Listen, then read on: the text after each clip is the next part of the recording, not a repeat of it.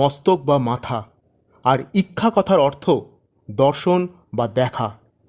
ঝাড়খণ্ডের মলুটি গ্রামের এই মন্দিরে আসলে দেখবেন দেবীর ধরহীন, শুধুমাত্র মুখমণ্ডল সর্বস্ব এক আশ্চর্য মূর্তি।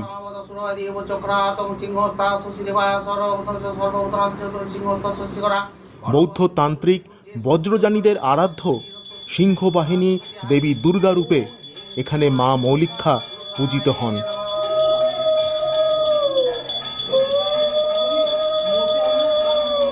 এখানে দেবীর মূর্তিটি প্রাচীন লাল ল্যাটেরাইট পাথর দ্বারা নির্মিত।